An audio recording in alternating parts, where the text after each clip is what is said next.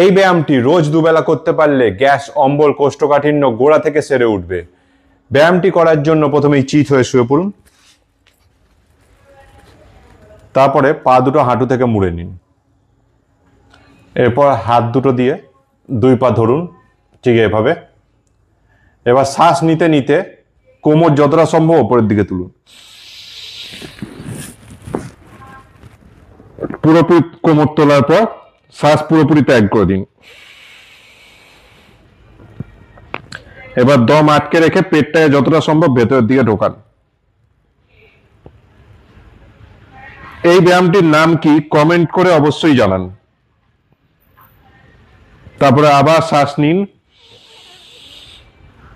এবং শ্বাস ত্যাগ করে দম আটকে রেখে পেটটা ভেতরের দিকে ঢোকান। এইভাবে রিপিট করুন অন্তত 3 থেকে 4 সেট।